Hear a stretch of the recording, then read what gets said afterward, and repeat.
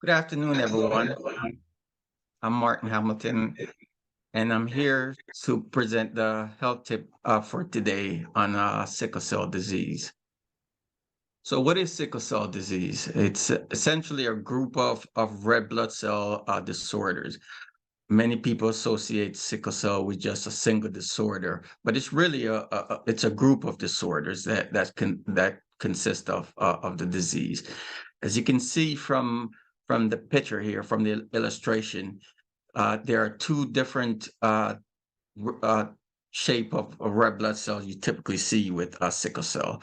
The round shape is your normal red blood cell, and sickle cell often appear in as a moon-shaped appearance. So typically, your red blood cell carries what's called hemoglobin. And it's essentially a protein that carries oxygen. So each red blood cell carry 4 molecules of oxygen.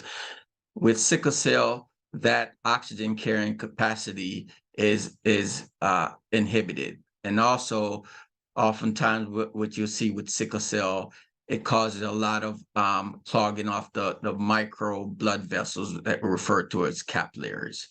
So those are the two significant ramifications of sickle cell.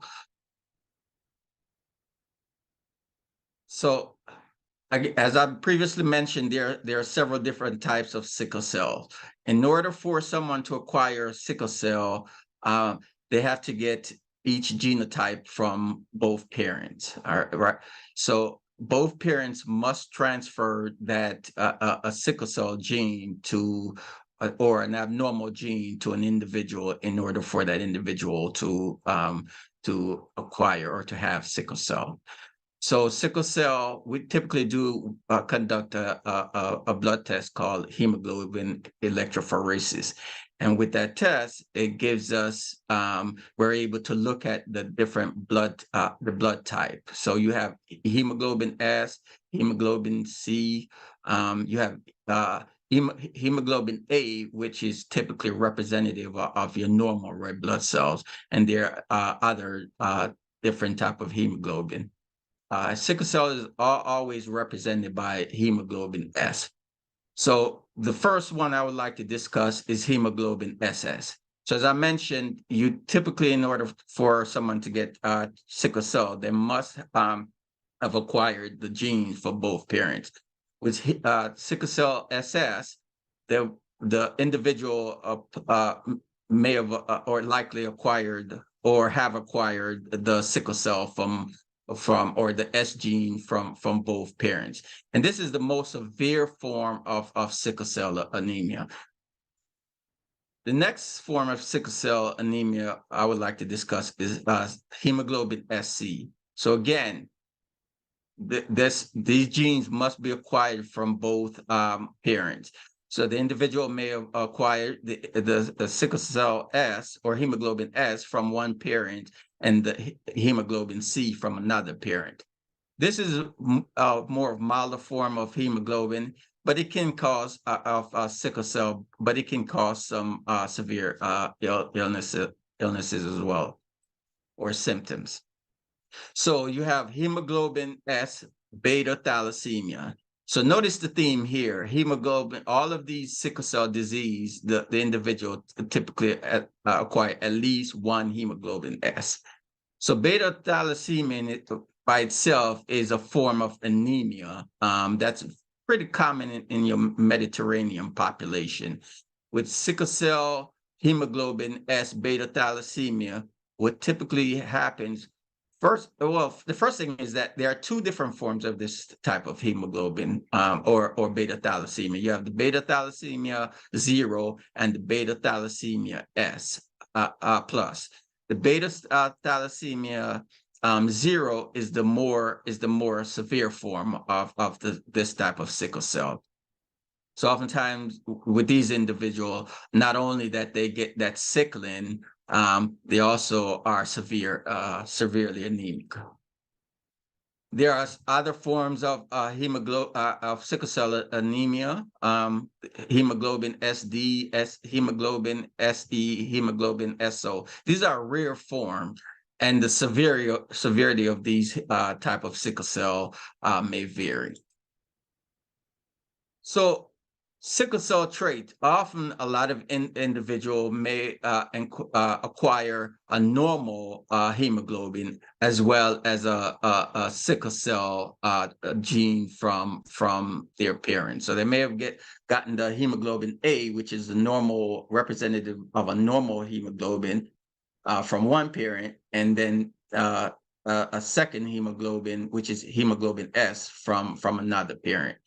So this is the trait itself is indicative of you can transfer the hemoglobin S if you have the trait to a child, but oftentimes individuals with sickle cell trait, they do not develop any problems. There are some cases where they may develop mild anemia, but oftentimes these individuals do not have any issue with any symptoms from sickle cell. But you can, if you do have the trait, you can transfer the gene, the sickle cell or the hemoglobin S to a child. So what are the signs and symptoms of sickle cell? So you may get anemia. That's a very common sign of sickle cell. So if you're light-skinned or Caucasian, you may have pale skin when you're anemic, or if you're dark-skinned, you may observe ashen lips. Blood clots is a very common symptom of sickle cell, and for obvious reason, because the cells they form this moon shape, sickling shape, and they clog the tiny arteries in the vessels. And because of that, there are severe pain. Sickle cell can be excruciating. So oftentimes these patients have to be treated with narcotics to control the pain. Stroke, for the same reason as the blood clot, they may get chest pain because the arteries of the heart may become blocked with these sickling cell. Splenic sequestration. This means that your spleen is engorged with blood. Your spleen is a very vascular organ and is responsible for essentially for cleaning the red blood cells. The red blood cells that died, spleen is responsible for cleaning cleaning the body of those red blood cells. It's also responsible for the production of white blood cell, production of red blood cells, and the production of platelets. So it's a very important organ in terms of your immune system and your blood cells. Infection.